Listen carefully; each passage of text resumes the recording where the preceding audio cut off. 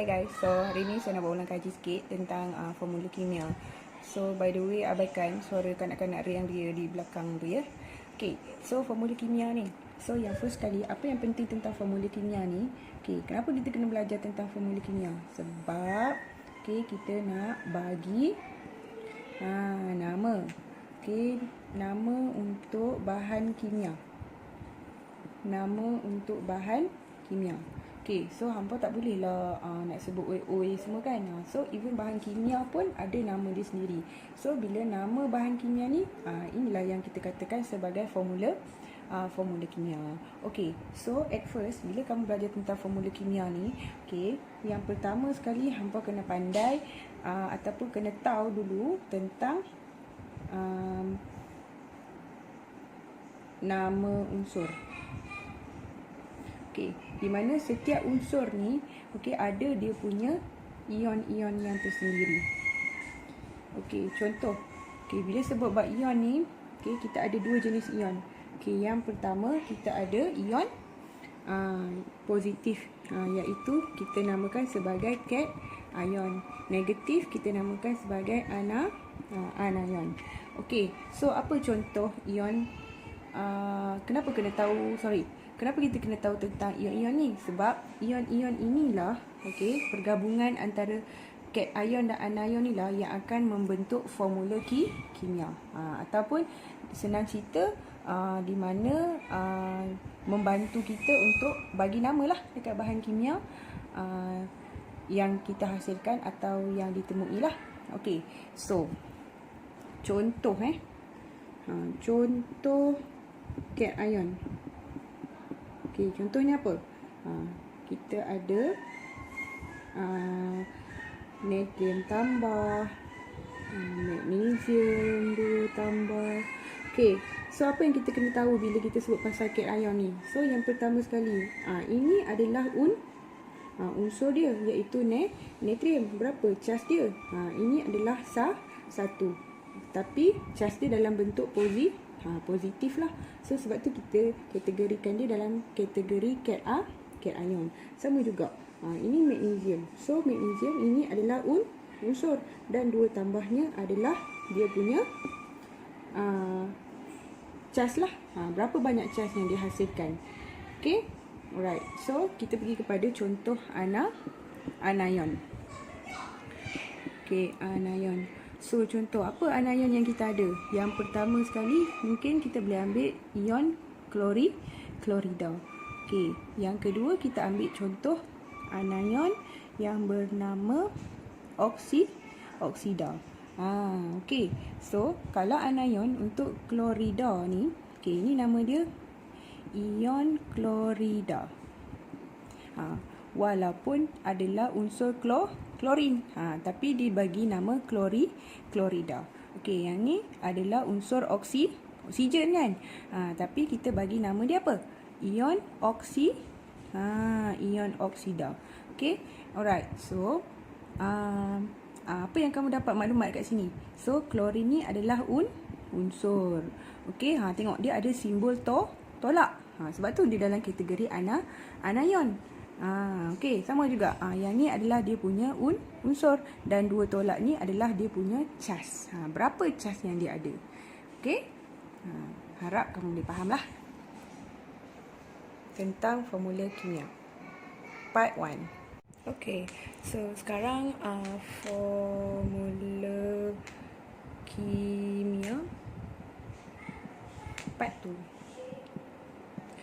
Macam biasa, abaikan suara kanak-kanak riang-ria tu. Diorang tu memang gembira seumur lah. So dalam formula kimia ni, dalam part 2 ni, di mana kamu akan menggunakan ion-ion. Ada berapa jenis ion yang kita belajar tadi? Kita ada 2 je jenis ion kan. Kita ada cation. Kita ada anion. So 2 jenis ion tadi ni akan kita gabungkan dalam teknik matematik, seperti kita akan gunakan teknik matematik. Kan saya dah kata dulu kan, kimia dengan matematik ni dia memang berkawan baik, iaitu teknik matematik apa? Iaitu darab silang. Okey, kita akan gunakan teknik darab silang. Okey, so saya nak tekankan kat sini lah.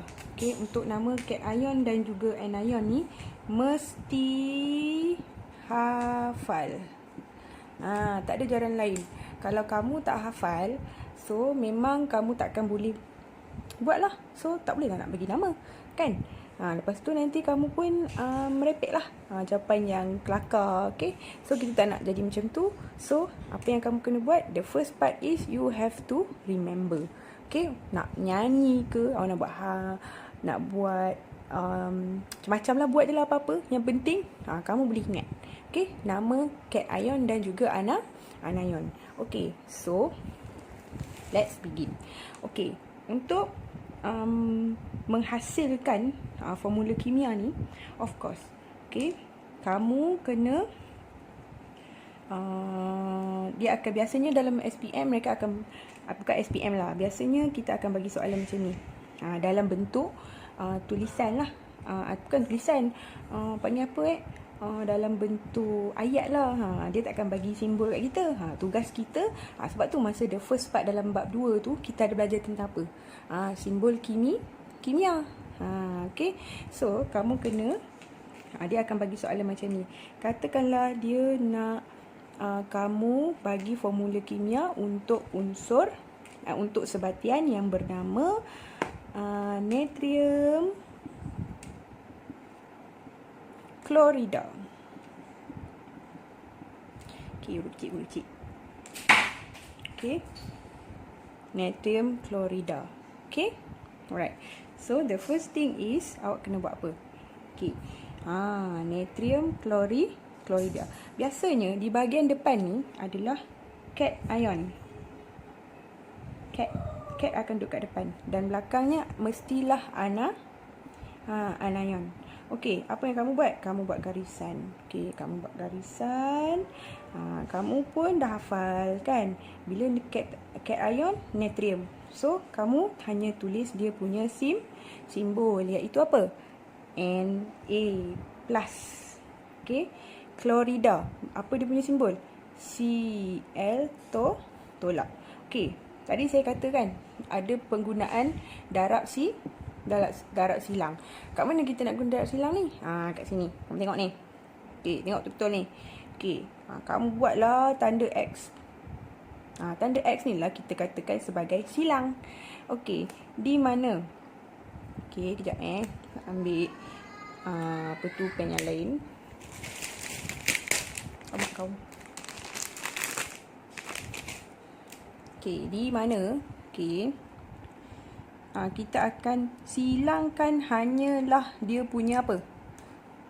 Ion je. Bilangan ion sahaja yang akan kita silang. Yang lain, okey, iaitu apa? Iaitu simbol unsurnya akan tetap pada tempat yang sama. Akan tetap pada tempat yang sama. Okey. So, apa yang kita buat? So, kita tulis balik unsur dia. Sebab unsur dia mestilah pada tempat yang tetap. Okey, so Cl. Okey, bila kita darab silang ni, bermakna di sini, okey, masing-masing kamu tengok. Na dengan Cl. Masing-masing ada charge yang nombornya berapa? Hanya satu. So, satu. Okey, bila dia satu-satu ni, okey, nampak tak dia turun ni, gede, dia sampai dekat sini. Ni pun sama. Kan charge kan satu kan? Jadi dia pun turun, kita akan tulis di bahagian bawah. Charge yang kita silangkan tadi tu, dia akan bertukar menjadi apa ni? Dia akan bertukar menjadi bilangan. Yang ni kita sebut sebagai bilangan unsur tu. So bermakna untuk menghasilkan formula kimia natrium klorida, okey, berapa unsur yang kita akan dapat? Natrium masing-masing satu dan juga klorin pun satu. So akhirnya jawapan yang kita dapat untuk natrium klorida apa? Dia punya simbol adalah NaCl. Kita, cikgu, kan dia satu. Kenapa kita tak tulis satu kat bawah ni? Tak perlu tulislah kalau satu. Okey? Okey. kita tengok contoh yang kedua. Okey, contoh yang kedua. Okey, kita ambil contohnya kita ambil kamu kena tulis formula kimia untuk magnesium klorida. Okey. Sorry. Klorida. Okey, bila magnesium klorida ni, apa yang penting? Okey, macam tadi, kita bagikan dua. Kita bagi dua, siap-siap. Okey, lepas tu, kamu kan dah hafal kan? Saya kata apa? Di bahagian depan ni mesti mesti apa? Cation. Okey. So, bahagian depan ni adalah cation. Okey, bahagian ni mesti anion.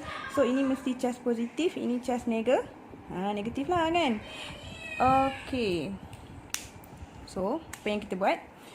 Kita tulislah. Kita kena tulis simbol dia. Magnesium 2 tambah. Tapi klorida Cl tolak. Okey. C kena huruf kecil okey. So, apa kita buat? Kita silangkanlah mereka. Kita silang. Saya kata apa yang kekal tadi? Simbol unsur. Simbol unsur mesti kekal. So, kalau dia duduk bahagian kanan lah. Kalau duduk bahagian kiri simbol tu, bahagian kiri lah. Dia tak berubah. So, tulislah balik magnesium klorida kat situ. Okey, sekarang ni apa yang sebenarnya kita silangkan? Kita silangkan dia punya nombor ion ni. Bilangan ion itu yang kita silangkan. Betul tak? Okey, so nampak kalau magnesium punya dia akan pergi sebelah klorin lah. Dia akan pergi sebelah klorin. Okey, so bermakna klorin akan jadi 2 dan yang bilangan ion untuk klorin akan datang kat siapa? Kat magnesium, iaitu 1. Okey, so maknanya apa kita punya formula kimia untuk magnesium klorida? Jawapannya ialah magnesium MgCl MgCl2. Okey, MgCl2. Okey, boleh? Okey, terima kasih.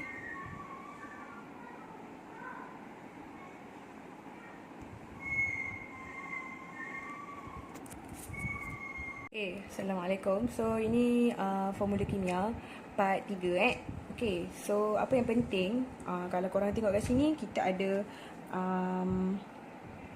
ion kuprum dan juga ion karbonat. Okey, korang nampak tak apa yang beza kuprum dengan karbonat kat sini? Selain daripada ni lah, selain daripada dua-duanya satu cation, satu anion lah. Okey, so apa yang nampak beza yang paling ketara adalah dari segi jumlah atom, jumlah ion lah, ataupun kita panggil jumlah atom lah, senang Kalau yang ni kita panggil single atom, sebab dia memang ada satu je. Tapi kat yang ni dipanggil polyatom. So polyatom ni kenapa dia poli? Poli ni maksudnya banyak. So banyak ni merujuk kepada apa? Karbon dan juga oksigen. Okey, so bila kita nak buat formula kimia dia, maknanya kita nak bagi nama lah kan. Okey, yang kita kena apply adalah darab silang. So benda yang sama adalah kuprum, simbolnya mesti turun. Saya tulis balik. Okey, so since dua-dua adalah 2 tambah dan 2 tolak, so 2, tapi in the end, okey, kamu tak perlu tulis C2, CO3, 2. Ini salah. Sebab kedua-duanya mempunyai bilangan yang setara. Bilangan yang setara. Okay. So, tak betul lah tu. Alright. So, yang betul adalah Cu, CO3. Yang ni baru betul. Sebab menunjukkan bilangan mereka mempunyai charge yang sama banyak. Okay, thank you. Okay guys, so part 4. Okay, so anda tengok kat sini, kita ada 2 jenis ion. Okay, satu ion cation iaitu natrium, dan sulfat adalah anion kita lah, di mana sulfat adalah dalam bentuk polyatom. Okey. So bila poliatom ni maknanya dia gabungan banyak unsur lah, iaitu sulfur dan juga oksigen. Okey, so sekarang saya akan buat darab silang lah. Sama je. Okey, yang kita silangkan adalah bilangan ion. Okey, bilangan ion akan bertukar di sini menjadi bilangan unsur. Bilangan ion menentukan bilangan unsur yang ada pada setiap inilah berapa bilangan unsurnya. Okey, so kita copy balik dia punya simbol SO4. Okey, so dua daripada sulfat ni akan pergi kepada unsur natrium dan satu akan pergi kepada unsur ataupun ion sulfat. Okey, so since dia satu, so kita tak perlu tulis apa-apa lah. Okey, so apa jawapan akhir dia? Apa formula kimia dia? So kita akan dapat Na2SO4. Perlu tak kita kurungkan? Tak perlu buat kurungan pada ion sulfat ni. Kalau anda buat macam ni salah ni jawapan ni. Sebab apa? Kalau satu, perlu diingatkan, kalau unsur tu ada satu, tak perlu buat kurungan pada poliatom. Okey? So kita buatlah. Jawapan yang tepat adalah Na2SO4. Yang ni baru betul. Okey? Thank you. Okey, so now adalah formula kimia yang melibatkan di mana cation-nya ada bilangan ion yang lebih banyak berbanding dengan anion. Okey, so same thing, awak buat darab silang. Lepas tu unsur mestilah copy balik je. Okey, alright. So tiga daripada ferrum ni akan menjadi bilangan berapa banyak hidroksida yang ada. Okey, so 3 ke atas, kita akan tulis 3 di bawah. Okey, so OH, bilangan hidroksida, kan dia ada satu kan? So, dia akan menjadi bilangan 1 pada ferrum. Okey, so macam mana kita nak tulis in the end? Okey. Adakah kita akan tulis macam ni, yang ni A, ataupun kita akan tulis macam ni?